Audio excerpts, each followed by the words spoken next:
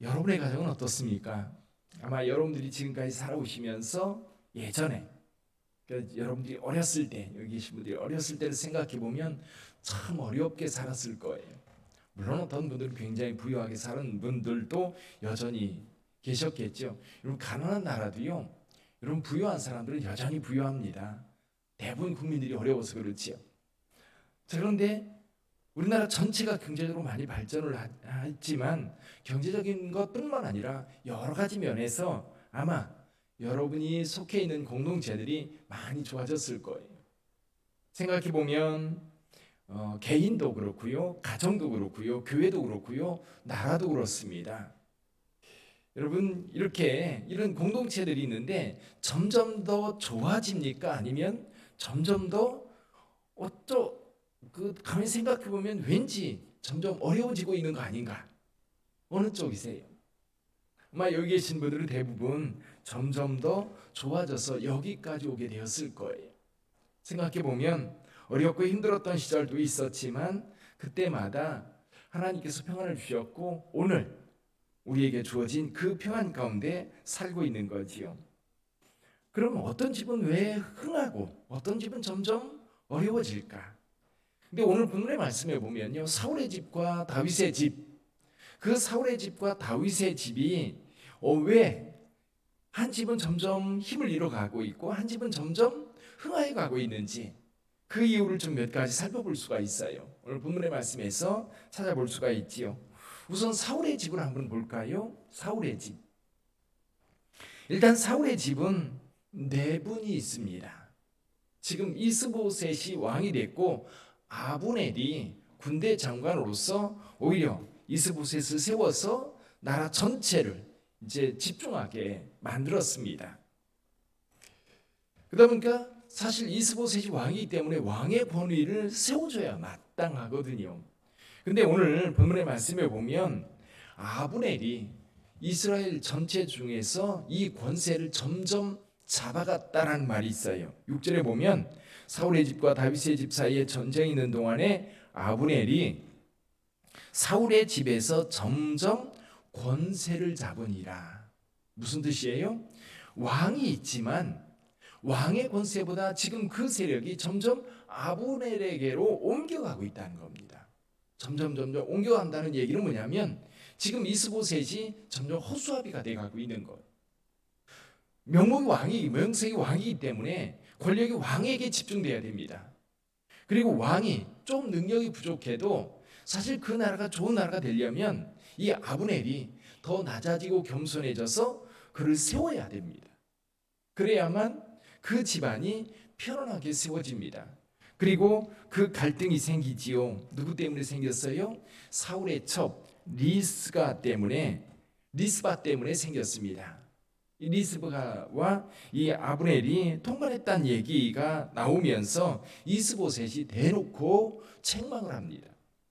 사실 이 전임 왕의 첩은 후임 왕의 소유라고 해요. 그때 당시에는 전임 왕의 첩은 후임 왕의 소유가 되는데 여러분 그 전임 왕의 첩을 자기 소유로 삼는다고 하는 것은 무엇을 말해요? 내게 왕적인 권위가 있고 내가 왕이라고 하는 것을 외적으로 드러내는 것이 됩니다. 이스보셋이 강력하게 반발할 수밖에 없는 겁니다. 거기에 대해서 아브넬이 8절에서 굉장히 강하게 이제 이스보셋에게 대듭니다. 이스보셋이 어떻게 해요? 이 아브넬에게 한마디도 대답을 하지 못했다. 지금 나라가 오직 아브넬에 의해서 좌지우지되고 있는 그런 상황입니다.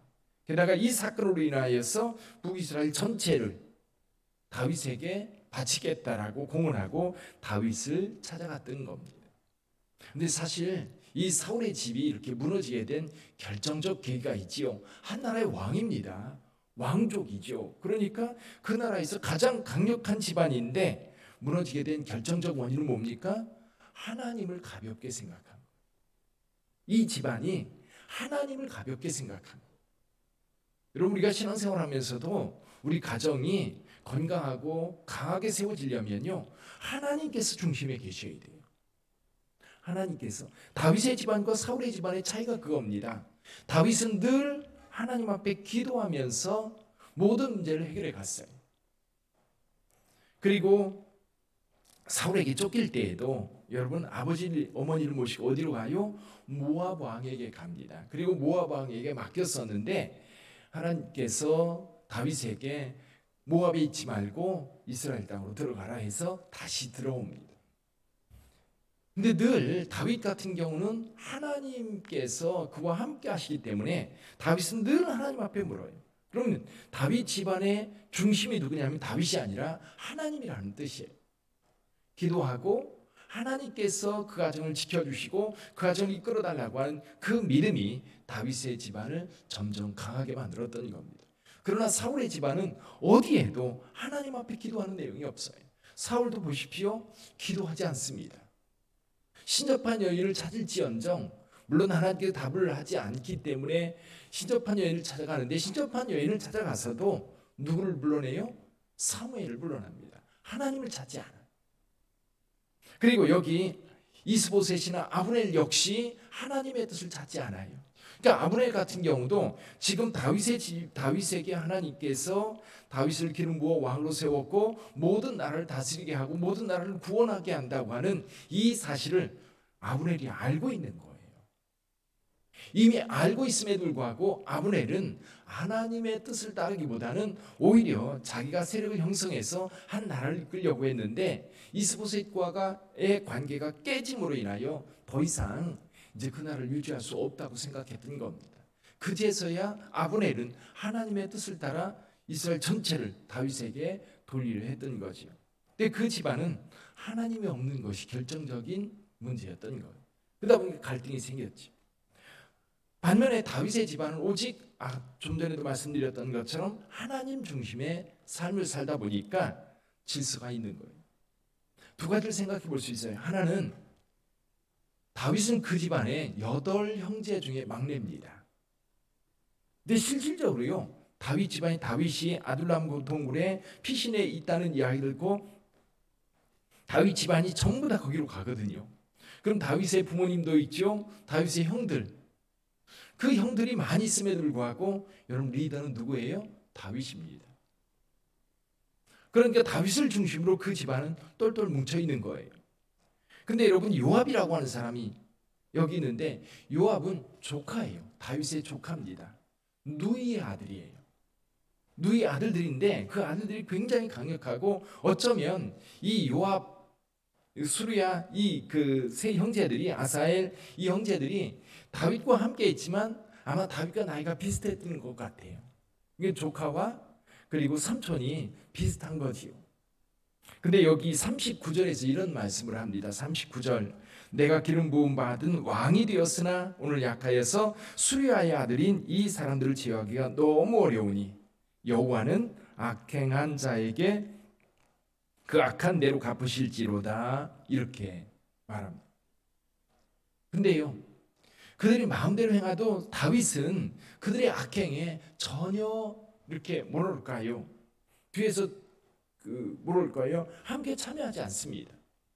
그래서 그 악행과 늘 다윗은 이렇게 거리를 두고 있는 거예요.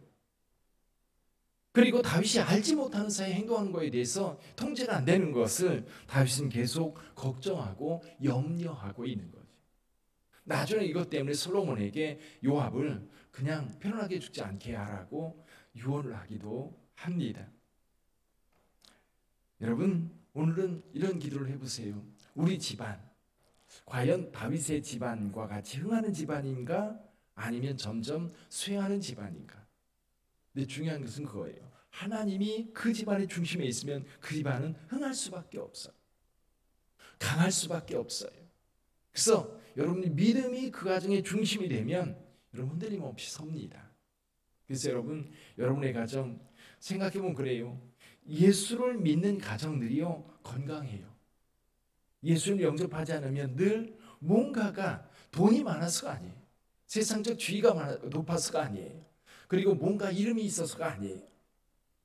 안정되어 있고 편안하고 뭔가 흔들림 없는 그런 모습의 가정을 볼 수가 있어요.